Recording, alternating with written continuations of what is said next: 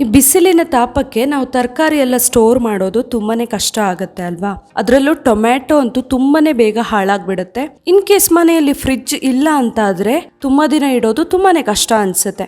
So fridge ಇಲ್ದೇನೆ tomato ತುಂಬಾ ದಿನ ಬಾಳಿಕೆ ಬರಬೇಕು, ಫ್ರೆಶ್ ಆಗಿರ್ಬೇಕು ಅಂದ್ರೆ ಕೆಲವೊಂದು ಟೆಕ್ನಿಕ್ಗಳನ್ನ ಯೂಸ್ ಮಾಡ್ಬೋದು. ಯಾವುದು ಆ ಟೆಕ್ನಿಕ್ ಅಂತ ತಿಳ್ಕೊಬೇಕಂತ ಹೇಳಿದ್ರೆ ಈ ವಿಡಿಯೋನ ಮಿಸ್ ಮಾಡದೆ ಕೊನೆ ತನಕ ನೋಡಿ. ಹಾಯ್ ಫ್ರೆಂಡ್ಸ್, ಇದು ನಿಮ್ಮ ಕನ್ನಡ ಟಿಪ್ಸ್ ಲೋಕ.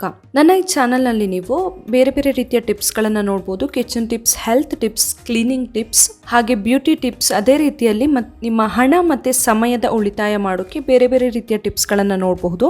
ಈ ಎಲ್ಲ ವಿಡಿಯೋಗಳನ್ನು ನೋಡಬೇಕಂತ ಹೇಳಿದರೆ ನೀವು ಮಿಸ್ ಮಾಡದೆ ನನ್ನ ಚಾನಲ್ನ ಸಬ್ಸ್ಕ್ರೈಬ್ ಮಾಡಿ ಹಾಗೆ ಬೆಲ್ ಐಕಾನ್ ಕ್ಲಿಕ್ ಮಾಡೋದನ್ನು ಮರಿಬೇಡಿ.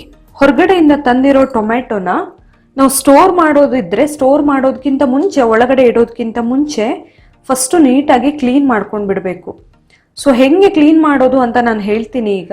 ಸೊ ಫಸ್ಟಿಗೆ ಏನು ಮಾಡಿ, ಒಂದು ಸ್ವಲ್ಪ ದೊಡ್ಡ ಅಗಲ ಪಾತ್ರೆನ ತಗೊಳ್ಳಿ. ನಿಮಗೆ ಟೊಮ್ಯಾಟೊನ ಯಾವುದೋ ತರಕಾರಿ ತೊಳೆಯೋಕೆ ಎಷ್ಟು ದೊಡ್ಡ ಪಾತ್ರೆ ಬೇಕಾಗುತ್ತೆ ಅಷ್ಟು ಪಾತ್ರೆ ತಗೊಂಡು ನೀರು ಬೇಕಾದಷ್ಟು ತಗೊಳ್ಳಿ.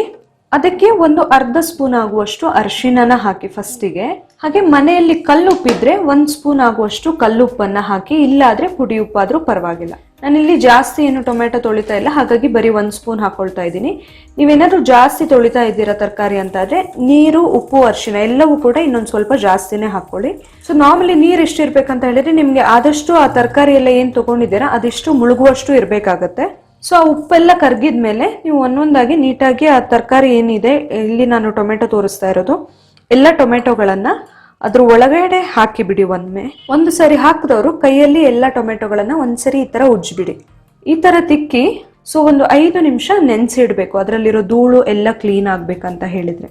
ಸೊ ಈಗ 5 ನಿಮಿಷ ಆಗಿದೆ. ಇದರಲ್ಲಿ ನೆನೆಸಿಟ್ಟು 5 ನಿಮಿಷ ಆದ್ಮೇಲೆ ಹೀಗೆ ಫಸ್ಟ್ ತೊಳ್ಕೊಂಡ್ ಬಿಡ್ಬೇಕು. ಒಂದು ಸಾರಿ ಆ ಅರಿಶಿನ ಉಪ್ಪು ಹಾಕಿರೋ ನೀರಲ್ಲಿ ತೊಳ್ಕೊಂಡ್ಮೇಲೆ ಇನ್ನೊಂದ್ಸರಿ ನಾವು ನಾರ್ಮಲ್ ವಾಟ್ರಲ್ಲಿ ಕೂಡ ತೊಳ್ಕೊಬೇಕಾಗತ್ತೆ.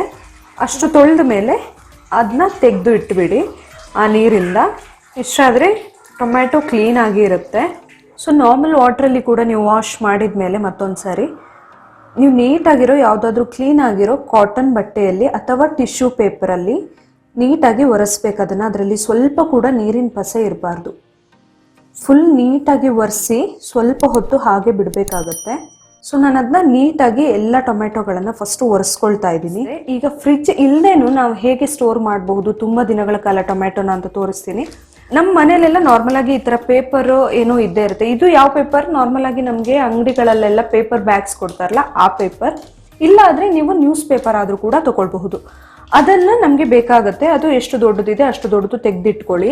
ಈ ಪೇಪರ್ನ ನಮಗೆ ಎಷ್ಟು ದೊಡ್ಡ ಬೇಕೋ ಅಷ್ಟು ದೊಡ್ಡ ಕಟ್ ಮಾಡ್ಕೊಂಡ್ಬಿಡ್ಬೇಕು. ನಾನು ಇದನ್ನು ನೀಟಾಗಿ ಕಟ್ ಮಾಡ್ಕೊಳ್ತಾ ಇದ್ದೀನಿ. ಈಗ ಈ ಥರ ಸ್ಕ್ವೇರ್ ಥರ ಕಟ್ ಮಾಡಿ ಇಟ್ಕೊಂಡಿದ್ದೀನಿ. ನಮಗೆ ಟೊಮೆಟೊ ರ್ಯಾಪ್ ಮಾಡೋಕೆ ಎಷ್ಟು ಬೇಕೋ ಅಷ್ಟು. ಈಗ ಫಸ್ಟಿಗೆ ಒಂದು ಏರ್ಟೈಟ್ ಕಂಟೈನರ್ನ ತೊಗೊಳ್ಬೇಕು. ಅದು ತಗೊಂಡು ನೀವು ಫ್ರಿಡ್ಜಲ್ಲಿ ಇಡುವಾಗ ಹೇಗೆ ಹಾಕಿದ್ರೆ ಅದೇ ರೀತಿ ಫಸ್ಟು ಟಿಶ್ಯೂನ ಹಾಕ್ಕೊಳ್ಬೇಕು. ಟಿಶ್ಯೂ ಇಲ್ಲ ಆದರೆ ನೀವು ಸೇಮ್ ನಾನೇನು ಪೇಪರ್ ತೋರಿಸ್ದೆ ಅದೇ ಪೇಪರ್ನ ಕೂಡ ಹಾಕ್ಕೊಳ್ಬಹುದು. ತಳದಲ್ಲಿ ನೀಟಾಗಿ ಇಟ್ಕೊಳ್ಬೇಕು ಫಸ್ಟಿಗೆ. ಈ ಡಬ್ಬ ಕೂಡ ಹಾಗೆ, ಅದರಲ್ಲಿ ಏನು ನೀರು ಪಸೆ ಎಲ್ಲ ಇರಬಾರ್ದು. ತೊಳೆದು ಒಣಗಿಸಿ ಇಟ್ಕೊಂಡಿರೋ ಡಬ್ಬ. ಅದಾದಮೇಲೆ ನಾನು ಆವಾಗಲೇ ತೊಳೆಯೋದು ಹೇಗೆ, ಒರೆಸೋದು ಹೇಗೆ ಅಂತ ಹೇಳಿದೆ ಅಲ್ಲ, ಆ ರೀತಿ ಒರೆಸಿ ಇಟ್ಕೊಂಡಿರೋ ಟೊಮ್ಯಾಟೊನ ಒಂದೊಂದಾಗಿ ಈ ಥರ ಪೇಪರ್ ಏನಾದರೂ ಇದ್ದರೆ ಅದರಲ್ಲಿ ಹಾಕಿ ಈ ಥರ ರ್ಯಾಪ್ ಮಾಡಿಬಿಡಬೇಕು. ಈ ಥರ ಫುಲ್ ರ್ಯಾಪ್ ಮಾಡಬೇಕು ನೀವು ಟೊಮ್ಯಾಟೊನ. ಅದೇನು ಓಪನ್ ಇರಬಾರ್ದು ಎಲ್ಲೂ ಕೂಡ. ಈ ರೀತಿ ಫುಲ್ ರ್ಯಾಪ್ ಮಾಡಿದರೆ ಆಯಿತು.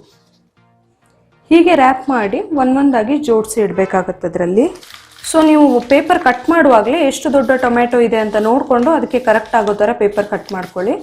ಅದನ್ನು ಈ ಥರ ರ್ಯಾಪ್ ಮಾಡಿಬಿಟ್ಟು ಸಪ್ರೇಟಾಗಿ ಹೀಗೆ ಜೋಡಿಸಿ ಇಟ್ಬಿಡಬೇಕು. ಈ ಥರ ನೀಟಾಗಿ ರ್ಯಾಪ್ ಮಾಡಿದ ಮೇಲೆ ಪೇಪರಲ್ಲಿ ನೀವು ಅದನ್ನ ನೀಟಾಗಿ ಜೋಡಿಸಿ ಇಟ್ಕೊಂಡ್ಬಿಡಿ ಕಂಟೈನರಲ್ಲಿ. ಇದರ ಮೇಲ್ಗಡೆ ನೀವು ಬೇಕಂದ್ರೆ ಒಂದು ಪೇಪರ್ ಅಥವಾ ಟಿಶ್ಯೂ ಪೇಪರನ್ನು ಮುಚ್ಚಿ ಇಡಬಹುದು. ನಿಮ್ಮ ಹತ್ರ ಪೇಪರ್ ಇದ್ದರೆ ಪೇಪರೇ ಮುಚ್ಚಿ, ಇಲ್ಲ ಆದರೆ ಟಿಶ್ಯೂ ಪೇಪರ್ನ ನೀಟಾಗಿ ಈ ಥರ ಮುಚ್ಚಿ ಇಟ್ಬಿಡ್ಬೋದು. ಈ ಥರ ಮುಚ್ಚಿದವರು ಅದರ ಮುಚ್ಚಳ ಏನಿದೆ ಏರ್ಟೈಟ್ ಕಂಟೈನರ್ದು ಅದನ್ನು ಸರಿಯಾಗಿ ಮುಚ್ಚಬೇಕು. ಗಾಳಿ ಆಡದೇ ಇರೋ ಥರ ಮುಚ್ಚಬೇಕು. ತುಂಬ ಗಾಳಿ ಆಡ್ತಾ ಇದ್ದಾಗ ತುಂಬ ಬೇಗ ಹಾಳಾಗುತ್ತೆ. ಸೊ ಈ ಥರ ರ್ಯಾಪ್ ಮಾಡಿದ ಮೇಲೆ ಇದನ್ನ ನೀಟಾಗಿ ಮುಚ್ಚಿ ಇಡಿ. ಇದನ್ನು ಫ್ರಿಡ್ಜ್ ಇಲ್ಲದೆ ಹೇಗೆ ಸ್ಟೋರ್ ಮಾಡಬಹುದು ಅನ್ನೋದನ್ನು ನಾನು ಹೇಳ್ತಾ ಇದ್ದೀನಿ ಈಗ. ಸೊ ಫ್ರಿಡ್ಜ್ ಇಲ್ಲದೆ ಇರುವಾಗ ಏನು ಮಾಡಿ, ಈ ಥರ ಸ್ವಲ್ಪ ಏನಾದರೂ ಶೆಲ್ಫ್ ಕೆಳಗಡೆಯಲ್ಲೆಲ್ಲ ತುಂಬ ಏನು ಸೂರ್ಯನ ಬಿಸಿಲು ಜಾಸ್ತಿ ಬೀಳಲ್ಲ, ಹೀಟ್ ಜಾಸ್ತಿ ಇರಲ್ಲ. ಸ್ವಲ್ಪ ತಂಪಿರುತ್ತೆ. ಆ ಥರ ಪ್ಲೇಸಲ್ಲಿ ಅಂದರೆ ತುಂಬ ಗ್ಯಾಸ್ ಹತ್ರ ಎಲ್ಲ ಕೂಡ ಇರಬಾರ್ದು, ಸ್ವಲ್ಪ ತಂಪಾಗಿರ್ಬೇಕು ಆ ಪ್ಲೇಸ್. ನಾರ್ಮಲಿ ಶೆಲ್ಫ್ ಕೆಳಗಡೆ ಎಲ್ಲ ತಂಪಾಗಿರುತ್ತೆ. ಆ ಥರ ಒಂದು ಮೂಲೆಯಲ್ಲಿ ಬಟ್ಟೆ ಏನಾದರೂ ಇಟ್ಟು, ಬೇಕಂದ್ರೆ ಬಟ್ಟೆ ಅಥವಾ ಪೇಪರ್ ಇಟ್ಟು ಈ ಡಬ್ಬನ್ನ ಇಟ್ಬಿಡಿ.